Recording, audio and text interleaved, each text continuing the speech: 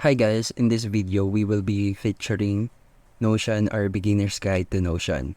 So if you are a beginner, you better watch this video for you. So let's dive in.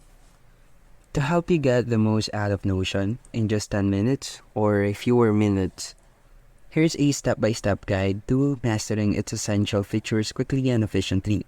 By the end of this video, you'll be ready to use Notion effectively for note-taking, project management, test tracking, and much more. So if you are a beginner in Notion, just simply head into notion.so, and then after clicking that site, you will see this wonderful homepage. You can navigate anything around their page since they prepared this in a magnificent way. Now, I want you to click the Get Notion for Free button in order to create an account in Notion. It will redirect you to the sign up page where you can select creating your account using Google, using Apple, and using single sign-on, or even your work email address. But for this video, I am using my Google account.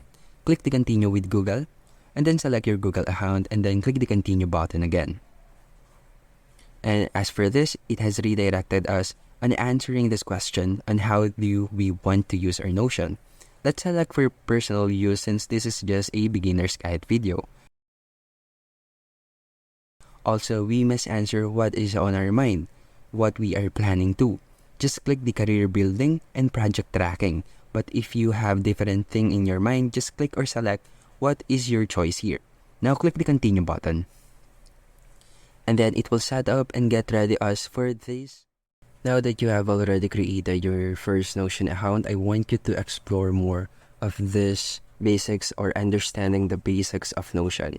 So click a new page, and then after clicking this new page, click the slash button. The slash button will feature a different set of elements that you can use in a single page. So these elements are the building blocks of a single page. Click a element, and for example, I am using a text. Just type that in. And then let's add another one. Let's say I want to add a page or a sub page. A sub page is a page that is nested inside the main page. Then let's go back to our main page. And as you can see here, this is the sub page. As you can see here, it is nested inside our main page. Now, in order for you to delete this sub page, let's say that we don't want this.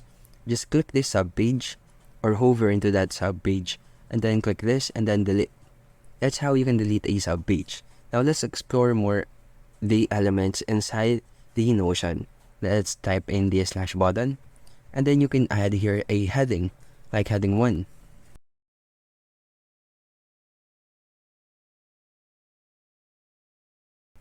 And the heading 2 and 3 are just things that follows the size of heading 1, but they are smaller in comparison. Next is let's add another element like a to-do list. These are just a check boxes. You can check them once they're done.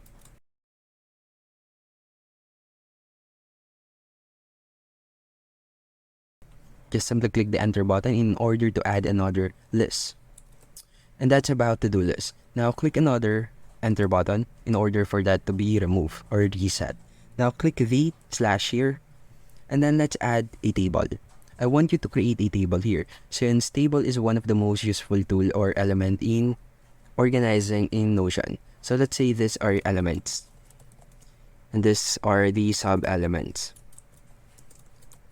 Here you can type in the name of the or the title of this column or row, and then just add the elements or things that you want to be inside of the table.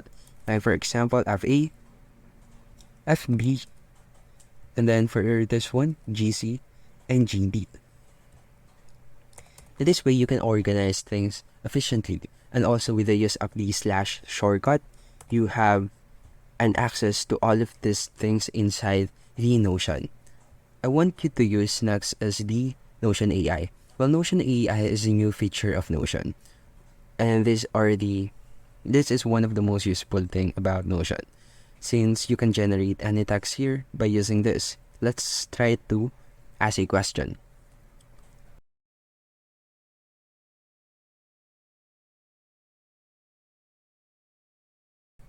Then click enter.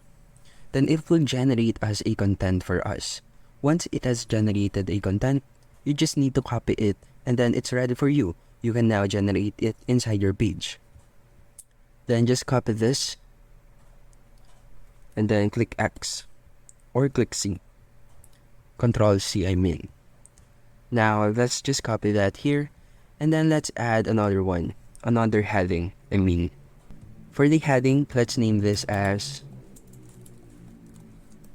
History of Dinosaurs. And you can set a style for this by clicking it like that. And then you can set here the style like bold. Change the size of this heading or change the type of element. You can set an underline and even italic. Or even change the colors. Notion is just flexible.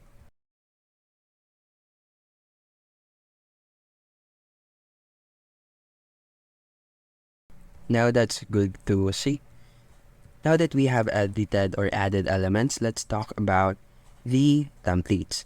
Click the templates here in the sidebar, and then it will show you a set of templates that you can use or import or export in your workspace. For example, I want to use expense tracker. As you can see here, I have already imported expense tracker in my Notion workspace. Just click this, and then it will show you the existing template that we just added. Here you can browse or edit or modify this based on your liking or based on your projects. Now that we have discussed the basics of Notion, like the adding of elements, how to add to-do lists, headings, and such, let's go to collaborations or how you can share your workspace. In order for you to share this workspace, just click the share button here.